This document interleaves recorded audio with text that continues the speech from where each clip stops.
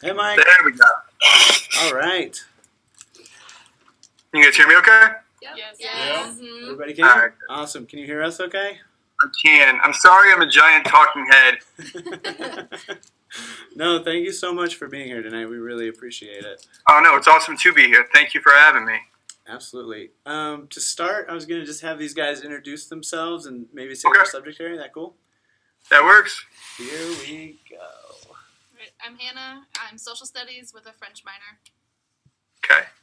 I'm Savannah, and I'm elementary education. I'm Jordan, and I'm elementary education. I'm Shannon, and I'm also elementary ed. A lot of elementary teachers. Yes. I'm Madison. I'm secondary math education. Okay. Tori, go ahead. I'm Tori. I'm also elementary ed. I'm Autumn. I am also elementary. I'm John. I'm secondary social studies. I'm Zach. I'm secondary social studies as well. Okay. Okay. And what they didn't mention, they're all part of this CEL program, which is the Computer Education Licensure Program. And so, in addition to their other license, they're also doing a technology license that allows them to teach computer science if they want to, or do things like tech coaching or technology integration specialists, things like that. Okay. So All right. that's why they're in this class. That's why their interest in the leadership In side of this whole education world. technology. Yeah, exactly. So, Well, let me give you a little bit of background on myself, and then we can just kind of go from there. As you guys know, my name is Mike. This is my 18th year doing this. I graduated from Kent State here in Ohio. I have been doing educational IT pretty much all my life. I love doing it. I love the idea that when I go to work, I'm actually having an impact on something as opposed to just trying to make a profit. I've spent time in basically every role imaginable. So I started off as a technician. I moved up to a network engineer. For a while there, we did some outsourcing. So I owned my own company, and we outsourced to, I don't even know how many school districts. At one point in time, I was a technology director for about 9 school districts at once. And then I got burnt out and came to Chagrin Falls, which is where I am now, which is an awesome district. We've got about 2,000 kids. We're one-to-one with Chromebooks, grades 2 through 12. So we got a lot of devices, but it's a good district, and I love being here. That's kind of where I'm at this point. very cool. Thanks. I think to start out, kind of everyone's question from the beginning was they wanted to learn more about sort of the different roles that you see teachers filling and how they can sort of straddle that divide between the classroom and the technology side and what that looks like in your experience over the years. Sure. So kind of what I've seen lately is, to go back a little while, it used to be very popular to have a tech coach or a tech integrationist in your district. Especially early 2000s, this was a really big position. Almost every district you went to had somebody doing that. But what happened is by 2005, that role wasn't clearly defined. So a lot of districts, when they had to make cost-saving measures, they'd cut the person, they'd riff them. Because again, they found out that that person wasn't really helping to integrate the technology. They were basically just being they were hand-holding. They were hand-holding teachers into little things like how to use email, things like that. So that position went away for a long time. But as of about 3 years ago, I've really seen kind of a reemergence of that position. With one-to-one technology, with iPads, Chromebooks, all of that, that need for somebody in the district is really apparent. A lot of districts that haven't had it for years are now going back to that. So I don't know if when you guys went to high school if you had somebody like that, but I would bet now that wherever you went probably does have somebody like that. Really the role of that person, the way I see it, is to help you as a teacher integrate the technology into your curriculum.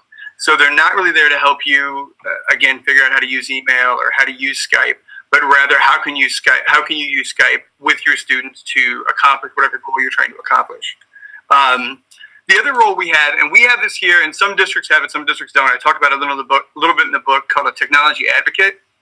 And what that person is for me is kind of my front line of defense in a building. So when a ticket comes in or something goes wrong, typically we ask the teacher to reach out to the tech advocate first and ask them for help. And those are the little issues. So I can't print, my laptop won't start up, things like that. We ask them to reach out to the tech advocate.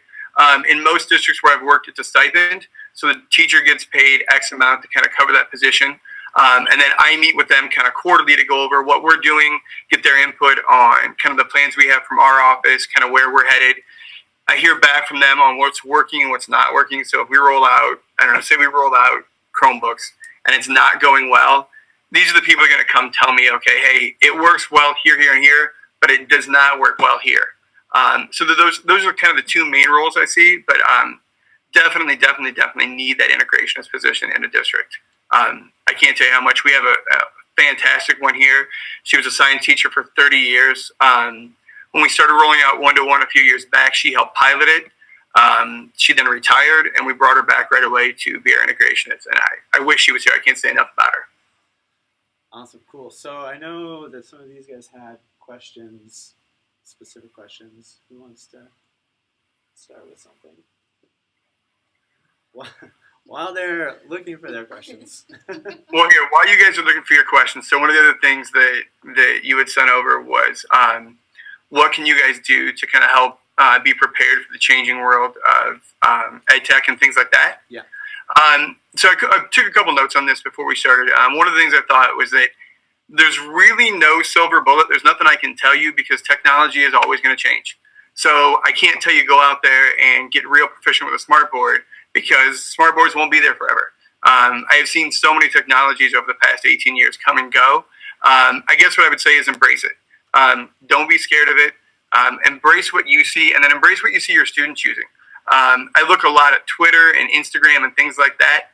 That's where you're going to connect with your kids. We really push social media here at our district because we know that's where all our students are at. So we have a big thing going on this year where we're trying to convince teachers to get on social media, to get into Twitter chats, things like that, because that's what their kids are doing. It's really all about kind of staying relevant. And then along with that, I put a note here that says, don't try and reinvent the wheel. And what I mean by that is if you read about it online or you see somebody else doing it, it doesn't mean that you can't do it too. I've had so many teachers come up to me and say, well, I saw somebody doing this and I want to do that, but I want to do it. I don't want to do it because they already did it. That's fine. Just because it may not be new to you, it may be new to your kids or maybe new to other teachers in your building. So don't feel like you have to sit around and come up with these new innovative ideas. Those are great, but reinventing the wheel, you don't need to do it every time. Do what works. Do what you see working out there. So I kind of threw that out there too. Yeah, that's great, and I'm glad you brought up Twitter chats as well. That's been a focus. They just presented on a Twitter chat that they participated in last week, and then at the end of October, they will be hosting and moderating the Indiana eLearn Twitter chat. So that's cool. We're looking forward to that. What Twitter chat did you guys do last week? They all did different ones. What were some of the ones that you did? We did project-based learning. I didn't hear it. Project-based learning? Yeah, project-based. Okay. I did Nice. bring your own technology. What time is that one? Wait, what? What time is that one? It's Which one? Thursdays at 9 p.m. I think. I don't think I've seen that one before. It's a really good one. The moderators were great. Yeah, that one was really positive. What was the other technology one? Coding. The Coding for Kids was another one. Oh, that one's a good one. Yeah. A lot of times I lurk. I won't say anything, but I'll sit there and kind of watch the feed, or I'll go back to it after the fact. Because depending on how big it is, like EdTech is tonight at 8. It's so busy, and it's hard to read what everybody has to say. But I'll go back the next day and kind of look for ideas. You can find so much stuff on those chats. Yeah, definitely. That's what we were coming to grips with, is just sort of the speed of everything and how to manage all these different voices coming in from different There is perspectives. one that runs on the weekends, and I just discovered it this weekend, so I can't tell you much about it. But I think it's called Slow Ed Chat, if I'm right. And the whole point is that it runs the entire weekend, and you have much more than like 5 minutes to respond to a question. So they'll put a question out at like noon on Saturday, and then we'll put another one out until like 4 p.m. on Saturday. So it gives people plenty of time to reply. That's cool. We'll have to check that out as well. Slow Ed Chat. Nice. So, some questions. Hit it up. Oh, to me? Yeah. Sorry, I'm trying to figure out how to word it. There was a quote that I highlighted that said, it was like talking about sorry. It was like talking about the interviewing. And Yeah, it was like in question 5, and it said, sorry, I'm rereading it again. They spend way You're too okay. much time attempting to solve problems, also becoming blind to the time that they have invested in the end, they've spent 8 hours fixing an issue that they could have just easily corrected with a $4.99 app. It's a behavior that is easily addressed as long as you're cognizant of the time. And I was Sure. to me, that's hard to decide when it's appropriate to like not spend time on an issue with technology, because I don't have a lot of like serious technology background. Like I just know about integrating technology a lot, and so like being that person that somebody might come to with a problem like that, when I could just give them an app, like I don't know when.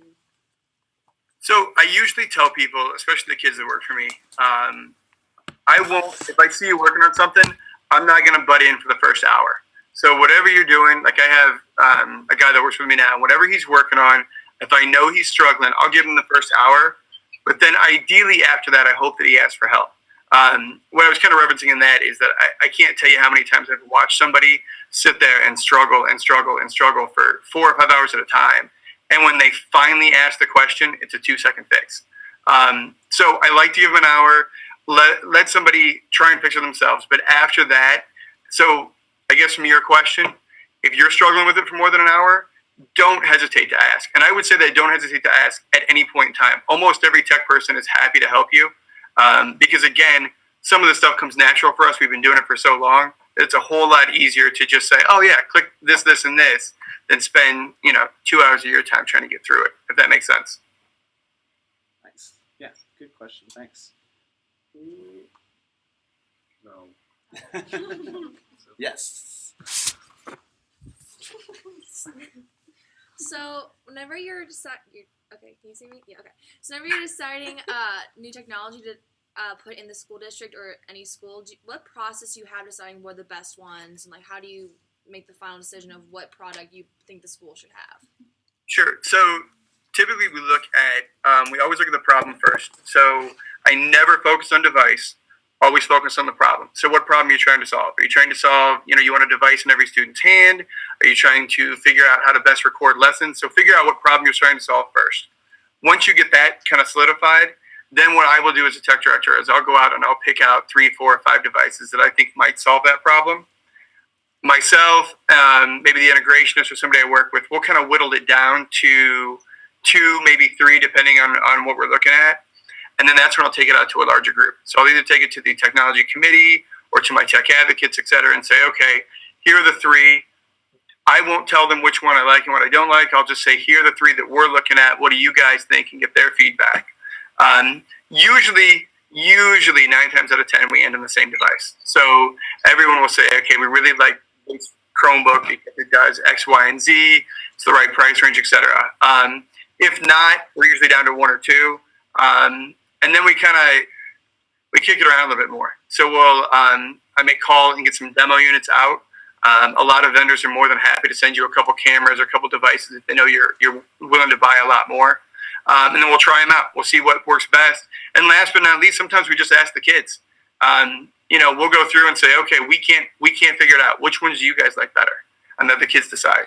But typically, like I said, find your problem, figure out what you're trying to solve first. If you focus on device, so if you focus on, I know we want webcams, you'll never win. So focus on your problem, then go from there. What does that process look like with a smaller school that might not have like the tech committee that you had mentioned? So if it's a smaller school, typically then I would go to principals or to people that I felt were kind of technology leaders. What I look for in a technology leader is somebody who's competent with technology. It does not have to be the best person in the building, just somebody who's competent, but somebody who has the respect of the staff as well. So again, as long as I know that the other teachers look up to you and they respect your decisions and you're decent with technology, that's the kind of person that I'm going to ask for to weigh in on whatever we're buying, whether it be laptops or cameras or iPads or whatever it might be. Thanks. Good questions. Savannah, Hannah, you guys got anything over there? I'm thinking of something. So with the Chromebooks, when you rolled them out, was it a district-wide at a time? Did you go grade by grade? And then how did you train the teachers? What was that professional development cycle like for them? Sure. So we piloted for 3 years. We did a pilot of netbooks back in, 2011. We did iPads in 2012. Then we did Chromebooks in 2013. And we did all of that at 2nd grade. I'm sorry, not 2nd grade, 6th grade. And what we were looking for there was just what worked, what we liked about them, what we didn't like about them.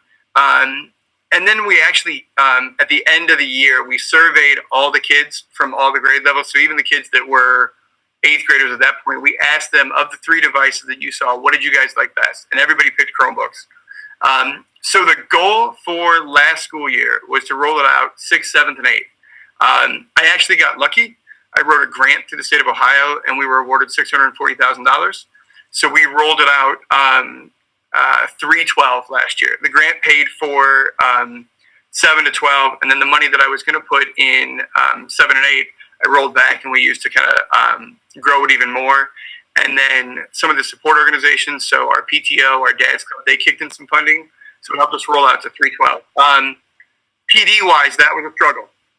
We had a plan, so all of last year, 2 years ago, I spent my time working with 7th grade, 8th grade teachers, preparing them for Google Docs, Google Spreadsheets, things like that. And then all of a sudden, bam, we had Chromebooks across the board. What we did was we used our integrationist to hit the highlights of the kind of Google Apps suite first. So we made sure that all of our teachers were up to speed on Google Docs in terms of how to create one, how to share it, how to edit it, things like that. Then we looked at kind of going deeper. With the integrationist position, she's able to actually meet with people on a regular basis. So sometimes she would come in team time, so she would meet with all the high school social studies teachers and walk them through how to use Google Docs in their classroom or how to use Chromebooks. Other cases, we brought them in one-on-one, and she'd have a little half-an-hour session with them. In other cases, we do big, large group instruction. But she spent all of last year kind of getting our staff to kind of a certain level, I guess is the best way to describe it. The other thing we did was to kind of help justify that level and see where everybody was. We picked teachers to become Google certified educators. So we took them through a 5-week process where they took a test each week from Google to kind of become educators. So Google would certify them as proficient in Google Docs. So at the end of the year, we had 37 teachers that were certified Google educators, a couple of administrators, myself, the people I work with. So it was really kind of a big push across the board with her, Nancy, our integrationist, to kind of get everybody to where they needed to be. This year, we're looking at kind of the gaps, what's working, what's not working, and how to address those. We're really trying to bring the people that are at the very base level up without skipping the people that are 10 steps ahead of everybody else. So how do we serve that population as well as the people that are down at the bottom and not miss the people in the middle? So it's kind of an interesting year when it comes to that. Yeah, I have some more questions on that, but John.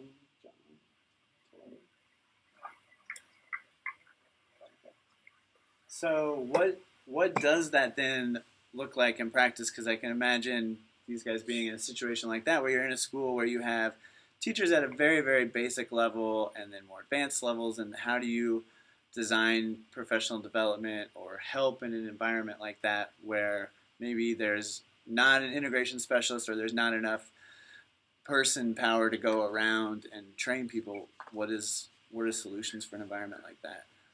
So that can be tough. I've done it a number of different ways. One of the things that worked really well for me a few years ago, and I say a few years ago because I don't think it works as well now, but probably about 5 years ago, we started what we call Digital Academy. And what we did was we picked out 25 teachers, some of which were at one end of the spectrum, some of which at the other, and then kind of a group in the middle.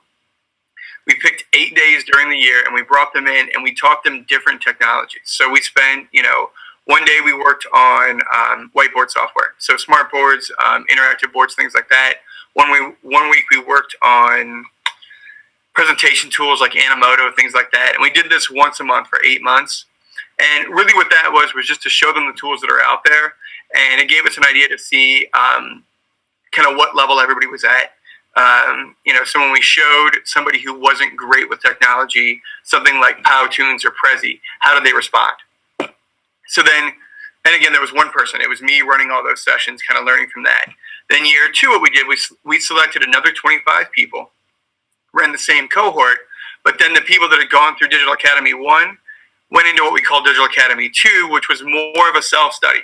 So they would say, okay, I'm going to choose a particular topic to master in. So I'm going to become the master of Google Docs, or I'm going to become the master of smartboards, or whatever it might be. We met less often, but we would help them get over specific hurdles with that particular software. So fast forward year 3, then we brought another 25 people in. But instead of me teaching that, I let the people that mastered in year 2 teach it in year 3. So if you were a master at smartboards, then when we had our smartboard lessons for our year 1 people, it was being taught by one of their colleagues. And that worked really, really well because you weren't hearing it from me. As a tech person, everybody just assumes, well, it's easy for you because you understand technology. So hearing it from their colleagues made it a whole lot more impactful, I think. So that worked well. I think where we're at now with this particular district is every teacher we had went through that in some way, shape, or form. And now trying to carve out 8 days and get that many subs, it just won't work with Chagrin Falls. So what we're doing this year is we're doing more one-on-one time. So we picked 25 people. We didn't let them apply. We actually picked 25 people and said, okay, these 5 are advanced, these 5 are novice, and these 15 are in the middle.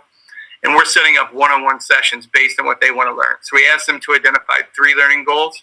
So, you want to learn X, Y, and Z. And depending on what they chose, myself, the integrationist, or Steve, the guy that works with me, we'll meet with them and help them get to that level. The goal is to get them to where they want to be by December and pick 25 new people then in January and do that same process again. So that's kind of how we're handling it now. Did you find that they are more willing to do it now because they get to choose, or when you had them do those certain 8 on those certain 8 days? So you kind of broke up there.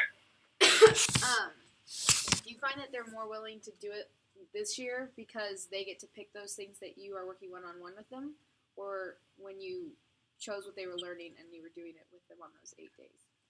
So I think for our district, they prefer it now that they get to pick, because I think we've done a really good job showing them all the tools available. One of the things that I talk about that I send out a weekly email that highlights some new tool that they can use. So I think from our side, we've done a good job telling them what's there. So them having the ability to pick what they want to learn, I think is going better for us now. 5-6 years ago, I think the other way worked better. They didn't know what they had. They didn't know what was out there.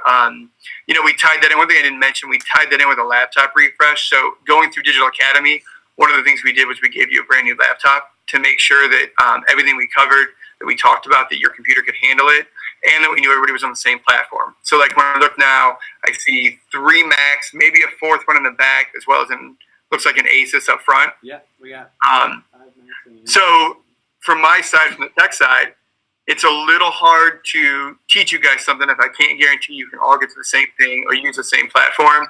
So what we did was we made sure that we had a new laptop that could do all the things we knew we were going to teach that year. But I do think now they prefer to pick. I think they like that better.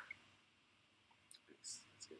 Do you ever get pushback from teachers who just don't want their kids using devices in the classroom and just are happy with the way they've been teaching? Yeah, and I think we got a lot of pushback prior to rolling out Chromebooks at the high school. A lot of people were just really nervous, and the comment I heard all the time was, I'm not good with technology, so what am I supposed to do when I have 30 kids in my classroom with a device? How am I supposed to handle that? I can't even handle my own computer, let alone 30 more. So the 2 things to say about that is, one, in a kind of one-to-one scenario, the kids will help themselves. So what we saw when we initially piloted it is I would walk in a classroom and I just kind of observe, and one student would say, how do I get to, and before they could finish the sentence, 3 kids were willing to help. So the teacher isn't always necessarily the source of that technology information, because the kids are more likely just to help themselves. Second, I think that, again, there was a little bit of fear in the initial rollout. But then when they saw what they could do with it, and when they saw kids opening up a computer and researching something right there on the spot and adding to the conversation, as opposed to a teacher standing up there and lecturing over and over and over again, they'd say, okay, everybody break out your Chromebooks and, Google the Civil War. And let's look at how this person felt in this scenario. And they were able to do that research right there on the spot, as opposed to waiting until they got home, etc. everybody that had a fear of it is totally embracing it. I wish I would have interviewed some of those teachers originally to, if you look at my Twitter feed, you'll see people that are like, I don't know how we would ever go back. I don't know how we would do this project how we did for 20 years before that, now that we've had Chromebooks. So I think that it's just getting over that fear. Yeah, that's awesome. As far as like strategies for getting over that, is it just sort of like just convincing them to try it and then going from there? I think what helped for us is having an integrationist who, if she needed to, would come into the classroom and model a lesson. So she'd be willing to come in and she'd actually teach a lesson, or you could call her up and say, Nancy, all right, I see we got Chromebooks coming. I want to use them, but I don't know how. Help me, show me what I can do. And then so she would meet with that teacher and work out some lesson ideas or some activities that would help the kids learn, or help that teacher integrate the technology. And that worked really, really well. And then once you had a teacher who figured it out, so I know you got a bunch of social studies teachers in there. Once one social studies teacher figured it out and he or she shared it with their colleagues, all of a sudden they wanted to try it. And then it was kind of that domino effect, to almost to the point where if you weren't using it, peer pressure was kind of forcing you to do that. One of the things it reminds me of is way back when people started posting grades online through whatever your gradebook package was, 5-8 years ago, that the people that were doing it were kind of pioneers, and everybody else was like, no, I don't want to do that. And now if you don't do that, parents are emailing you saying, why aren't you doing that? Why aren't you posting grades online? Well, it's become that way with technology. Why aren't you using technology in your classroom? How come my son comes home and says, in these 5 classes, he uses his Chromebook all the time, but in your class, it sits in its bag? It's pretty powerful when the parents start asking those questions. So I think it's a combination of peer pressure and just understanding how they can use it. Yeah, I never thought, that the parents then would be pushing. That would be hard to be like, I just don't want to learn it. I see the parent thing more at the elementary level, especially because if you have an elementary teacher who, say in 3rd grade, is really, really good with using technology, and you hear from all your friends how their kids are coming home and using technology all the time, yet your child's in class and never once talks about it. And you say, okay, hey, Johnny, what do you guys do with technology? We go to the lab sometimes, maybe if they're not broken. That doesn't resonate well. And all of a sudden the emails start flying. I know that my son is in 1st grade and he doesn't go to my district. And it's very hard for me to not email that teacher and push a little bit. But I don't want to be that parent either. So I'm kind of stepping back and I'm watching. But I do see that side of it. Definitely. So just jump in if you do have something. Otherwise, I'll keep asking questions. Yeah. I kind of have another one. About technology at home. Do you guys let your students even the younger ones, take the Chromebooks home? We do. So kids take the Chromebooks home starting in 3rd grade. They actually start seeing them K-2. So we're piloting Chromebooks in first and kindergarten. 2nd grade all has Chromebooks, but they don't take them home. And then 3rd grade does start taking them home. The big reason for that was we kind of felt like the Chromebooks allowed us to extend the walls of the classroom. And if we knew the kids were taking that device home every night, we knew what they had. So a teacher knew every student in their class had this device at home. So when she assigns a lesson, she's confident the student can get that lesson done. Or she knows what tool they have to get through that. It kind of felt wrong to give it to them during the day and then say at the end of the day, even though this was your big learning tool all day long, no, give that back to us. It just didn't seem right. We actually let the students take them home all summer too. So our students in grades 6 through 12 had Chromebooks all summer long. And we used a lot with Google Classroom. So we did a lot of summer reading through the Chromebooks. We assessed them when we came back to see how much they had read. We do a lot with typing for the younger kids. And again, we can do that knowing they have that device. That being said, I will say I live in a pretty affluent district, so Wi-Fi at home is not an issue. That's literally 99.9% of our kids have that. So I could see if you worked in a district where that wasn't the case, it could be a bit more challenging.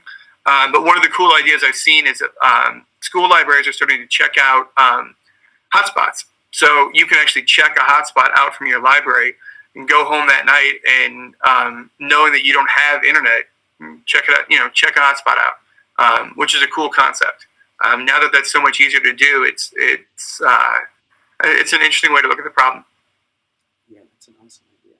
So then, how do you handle, I guess, that sort of all ties together, the security side of that, the safety, the classroom management side, making sure the kids are using devices how they're supposed to? Sure. So there's kind of two ways that we manage that. First off, we have a software package called GoGuardian that is installed on all the Chromebooks.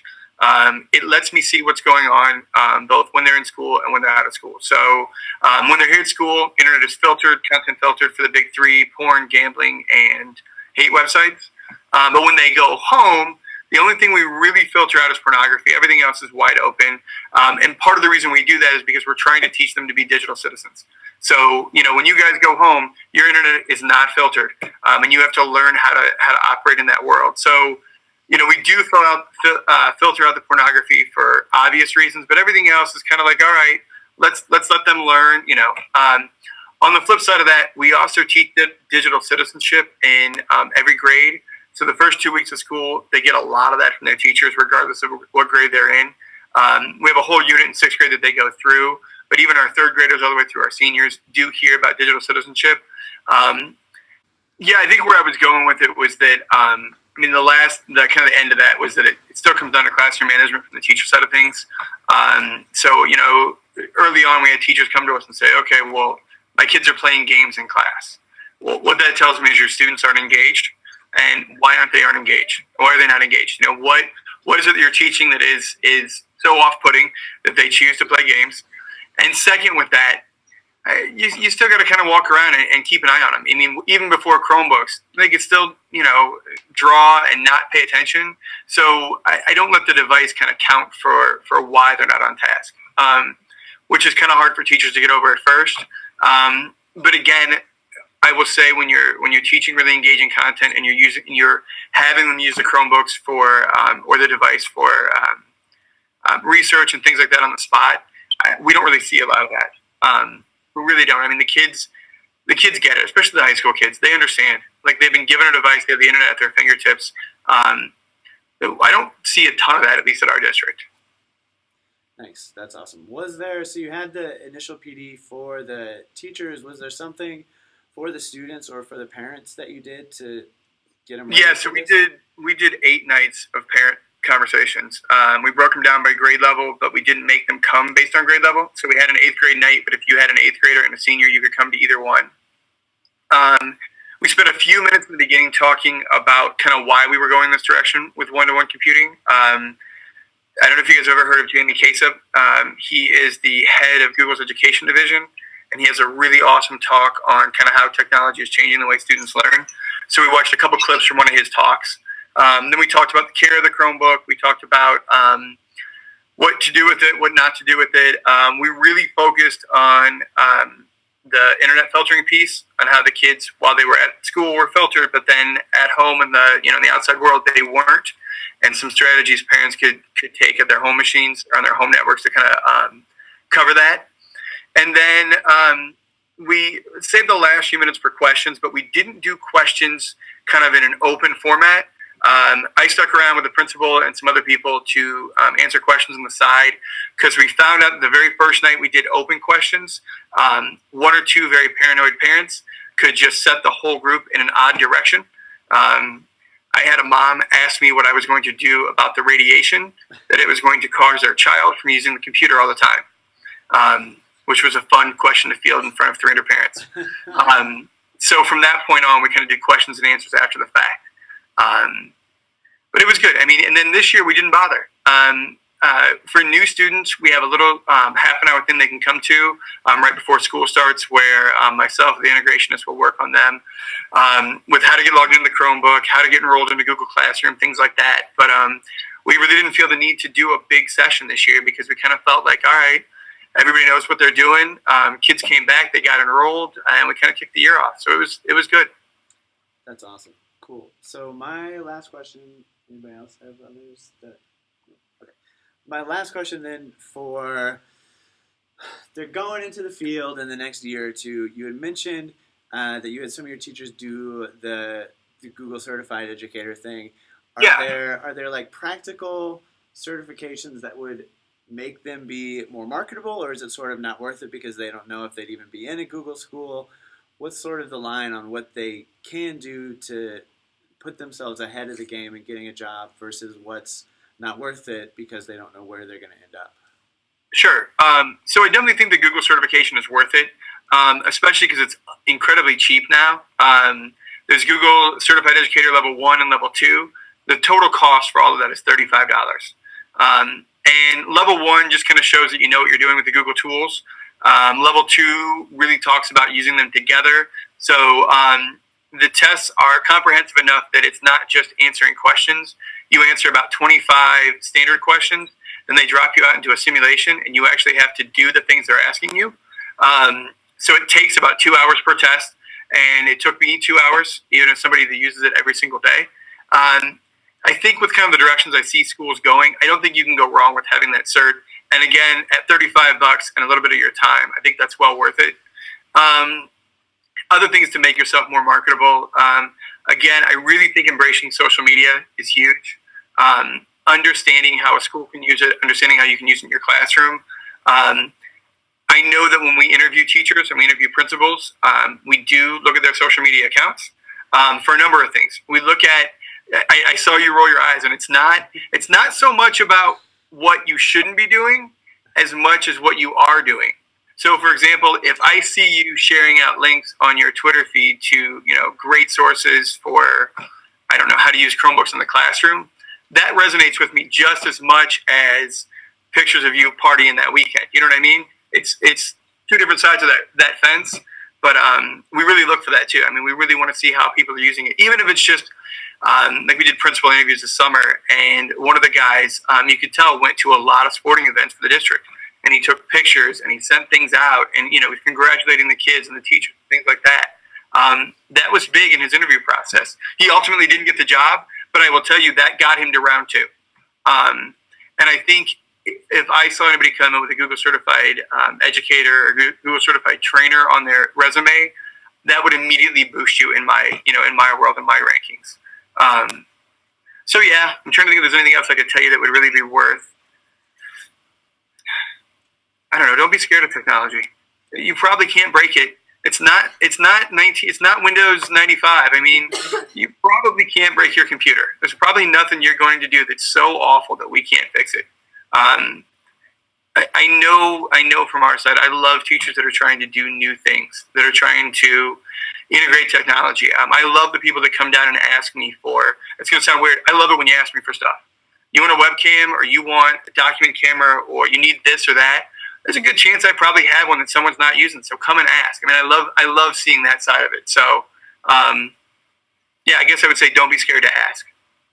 And I guess along with that, get to know the tech department and what's going on that side, because I feel like a lot of times there's that disconnect between the classroom side and the technology side. Maybe you're just submitting tickets and you don't even really know who's going to come and fix it, make those connections. Yeah, there's that stereotype that all tech people are giant nerds who are introverts that want nothing to do with the outside world.